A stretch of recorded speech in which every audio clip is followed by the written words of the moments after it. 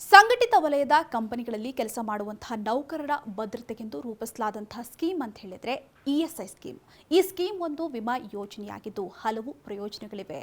ಇಪಿಎಸ್ನಂತೆ ಇದು ಕೂಡ ಕಡಿಮೆ ವೇತನ ವರ್ಗದ ನೌಕರರಿಗೆ ನೀಡಲಾಗುವಂತಹ ವಿಮಾ ಸೌಲಭ್ಯವಾಗಿದೆ. ಇನ್ನು ಇಎಸ್ಐಸಿ ನಡೆಸುವಂತಹ ಈ ಸ್ಕೀಮ್ನಲ್ಲಿ ನೌಕರರು ಹಾಗೂ ಅವರ ಕುಟುಂಬದ ಸದಸ್ಯರಿಗೆ ವಿಮಾ ಕವರೇಜ್ ಅನ್ನು ಕೊಡಲಾಗುತ್ತೆ. ಅದರಲ್ಲಿ ಸದಸ್ಯ ನೌಕರರಿಗೆ ಅನಾರೋಗ್ಯ, ತಾಯ್ತನ, ಅಂಗವೈಕಲ್ಯಕ್ಕೆ ಪರಿಹಾರವನ್ನು ಕೊಡಲಾಗುತ್ತೆ. ಒಂದು ವೇಳೆ ಕೆಲಸ ಮಾಡುವಾಗ ಗಾಯಗೊಂಡು ಸಾವನ್ನಪ್ಪಿದ್ರೆ ಪರಿಹಾರ ಸಿಗುತ್ತೆ.